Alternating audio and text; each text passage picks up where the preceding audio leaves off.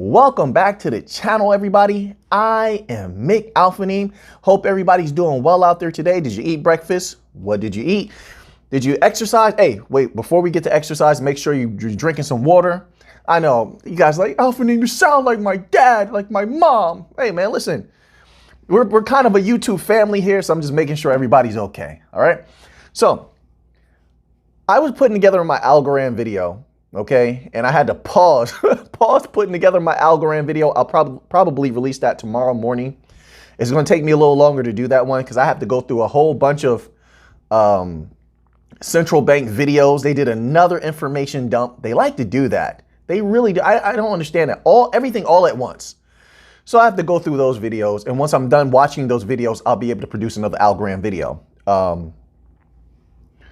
And I paused it because I saw this mind-blowing, mind-numbing FUD.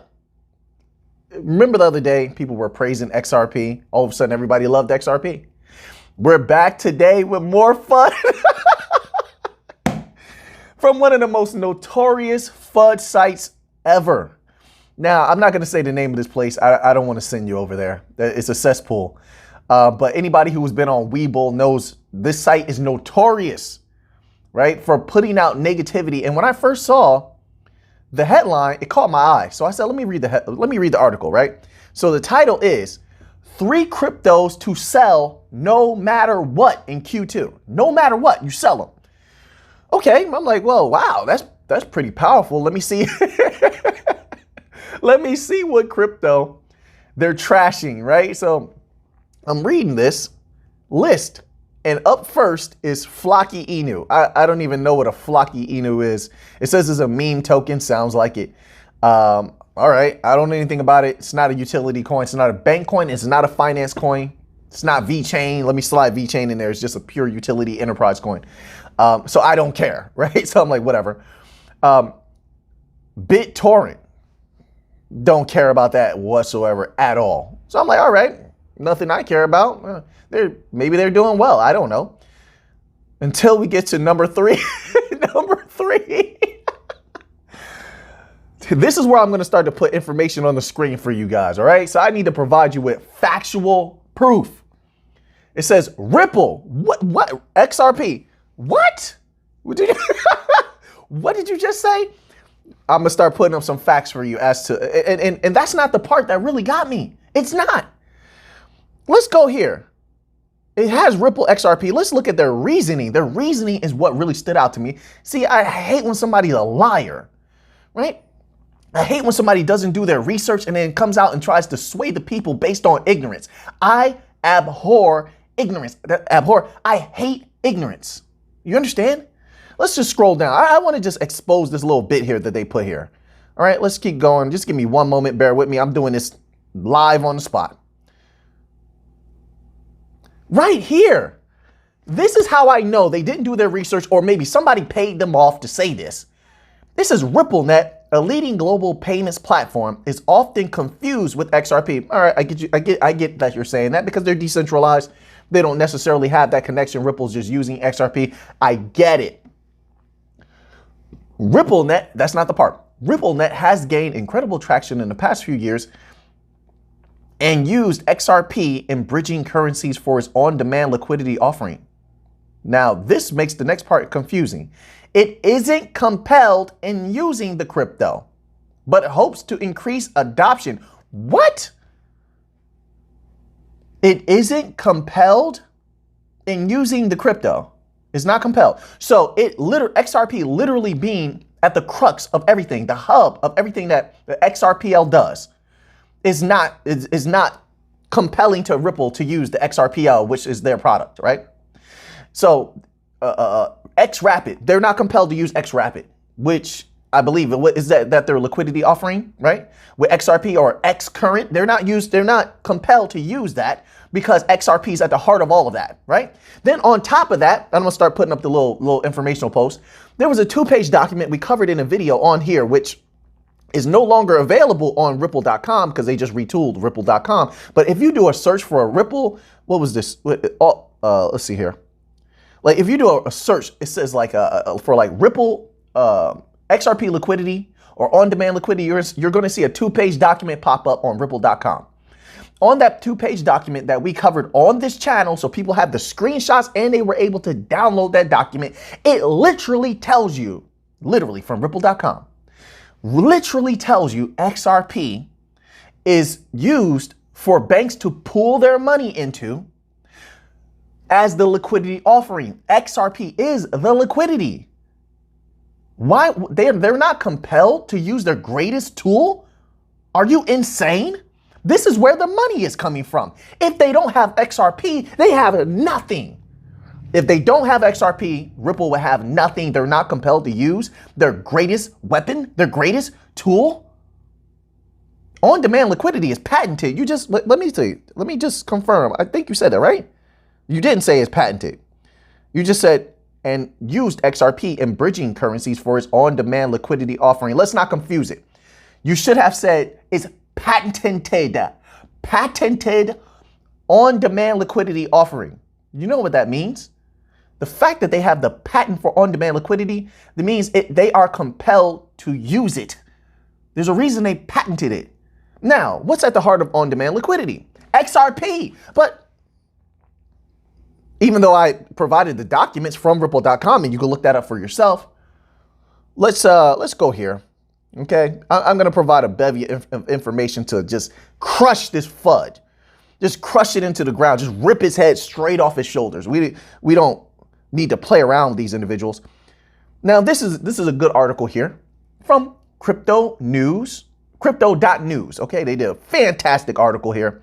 It says, patent reveals Ripple's on-demand liquidity can be used by banks, governments, and corporations. But let's go a little deeper here, and I'm going to highlight the parts that I think that are important. It says a value transfer system, that's the first paragraph. It's more than a year after application. The patent office says the inventors of on-demand liquidity are, and they go into the names. I'm not going to put the names out there. You can look that up for yourself if you're interested in that. Specifically, part of the patent's abstract describes the system as providing a guaranteed exchange rate. That's one part that people are missing also. Guaranteed exchange rate for on-demand liquidity, which means they can set that price wherever they want.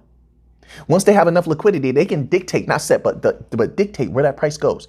What does it do to the price of XRP? We're talking about banks here. We're going to get to that too. We're talking about banks here, big money. We're talking about the most massive money you've ever seen in your life. But look how they put that. As providing a guaranteed exchange rate. It can also manage customer pools. Reference that document, that 2-page document we went over. You remember that? On Ripple.com, that 2-page document for on-demand liquidity said that XRP is used as the liquidity pool.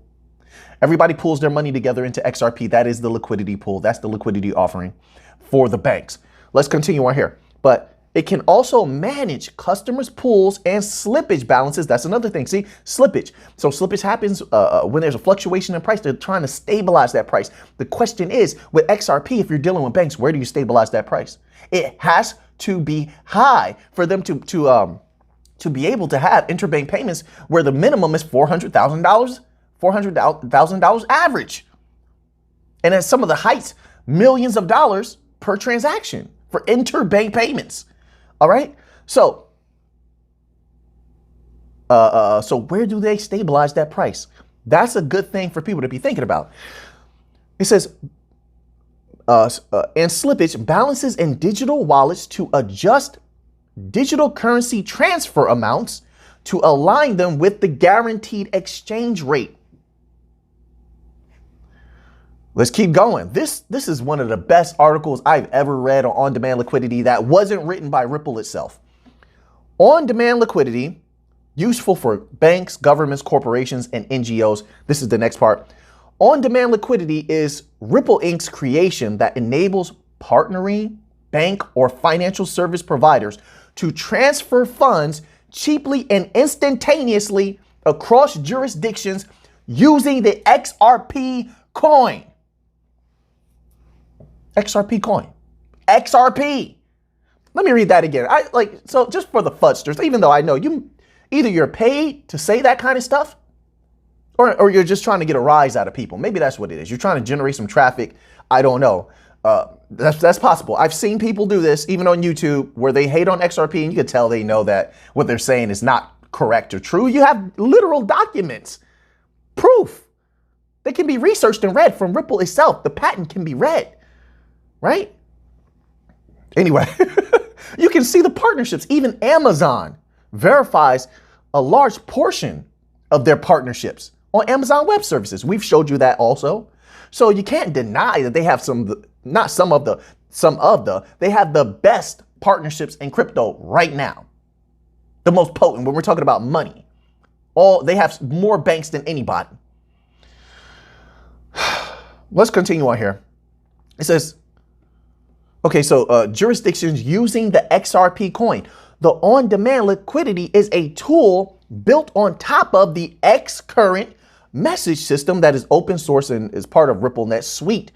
As of February 2021, I love this. I don't know where they're getting their numbers from, but it sounds pretty accurate. It says, as of February 2021, over 400 banks are part of RippleNet.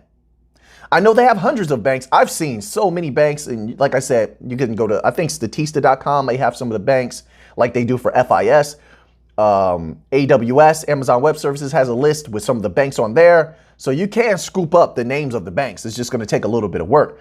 But as of February 2021, over 400 banks are a part of RippleNet. You just heard what I just said. I mean, I said, did you just heard? Did you just heard? Did you just hear what I just said? Oh man, let's go back to this FUD article because there was something else that they said. Where is it? There's a piece here about long-term adoption. Give me one moment, please. Okay, there it is. It says, through the it's talking about the SEC case. Though the developments have mostly favored Ripple, there's plenty of uncertainty surrounding it as a long-term bet. That was the other thing that really stood out to me. What do you mean? Like, as a long XRP, aside from Algorand, right, is one of the most, I don't want to say guaranteed. It's the closest to a guarantee large return on investment as you're going to get. That's as close as you're going to get. Besides Algorand and possibly XLM if they continue to do everything according to plan over on that side. But other than those the banking coins as a whole are the safest long-term bets as far as compliance, regulatory clarity. They're all working with banks. But they're saying here, there is uncertainty surrounding them, surrounding XRP at least, as a long-term bet. Here, let's go back to this again. Long-term bet. What other cryptocurrency do you know has, according to Ripple itself, hundreds of large financial institutions signed up? Hundreds. And when they say hundreds, then it's not far-fetched that they have over 400 banks as a part of RippleNet. 400. How could you, what other crypto do you know that has those types of partnerships? How can you say it's not, it doesn't, how can you say it doesn't have its uncertainty around it as a long-term bet? I guess you could phrase it that way. I suppose I'm starting to let my mind expand a little bit into your more ignorant realms, you know, as a fudder. And I guess if you take that word a certain way, maybe everything has a certain level of uncertainty to it. And maybe you're just smart that way and you're just playing with words. That's probably what it is. You're just playing with words. You know what XRP is. You know what it can do. You know how many banks they have signed up. You know about on-demand liquidity. You know they have the patent. There's no way you're writing about it and you don't know this. There is no way. Let's go a little bit further here. Absolutely amazing article on crypto.news, okay?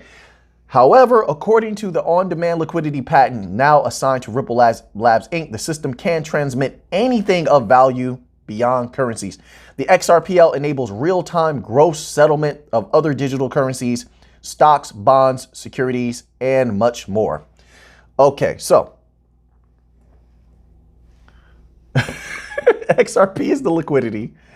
It's one of the safest long-term holds in my opinion. And just keep in mind, I don't care if you buy XRP, sell XRP, makes no difference at all. Did you just hear how many banks? That's the tsunami. That's the tsunami. There's no guarantees, of course. Maybe that's what they mean when they say there's uncertainty, but all of this other stuff here, let's go back here for a moment. Yeah, like for instance, pairing that is when I heard that paired with the next sentence, it isn't compelled in using the crypto. That's also worded very strange. You could have written, it isn't compelled in using XRP, but you didn't. You said in the crypto. So you didn't name XRP outright. So on a technicality, you say, well, I didn't say that the XRP is not the crux of everything. I just said they're not compelled in using the crypto. Some people speak like that when they're being real tricky, real tricky.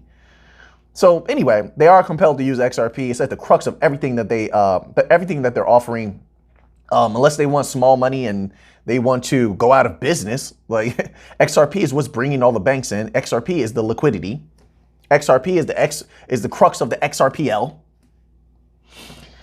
It's the agnostic bridge currency that they want to be the what do you call it? The one world agnostic bridge currency, right? They want this to be at the crux of everything, at the center of everything. So I hope I'm making sense. But anyway, that was the most outlandish FUD I've seen in a long time. So I figured I would just address that because you know what happens? Every day there's hundreds of new people coming into XRP across. Remember, I get messages from all of the videos that I've ever released all at once. Like they're all coming in every day. So even I'm getting messages still on videos I released last year, still coming in. So I see there's hundreds of new people coming into XLM, coming into Algorand, coming into XRP, and they don't know anything about them really, except they have something to do with banks, right? So they're constantly asking questions, you know, where can I buy XRP? What's the utility of XRP? What is on-demand liquidity? They have so many questions. And so they're on a search, and that's good. Let them search, let them do their own research, make their own decisions. But see, articles like this act to sway them to the negative. It acts to turn them against something that if that individual made the choice for themselves and they wanted to buy XRP, could possibly be a life-changing moment. But these types of articles seek to take control of the minds of the individuals and tell you what to do.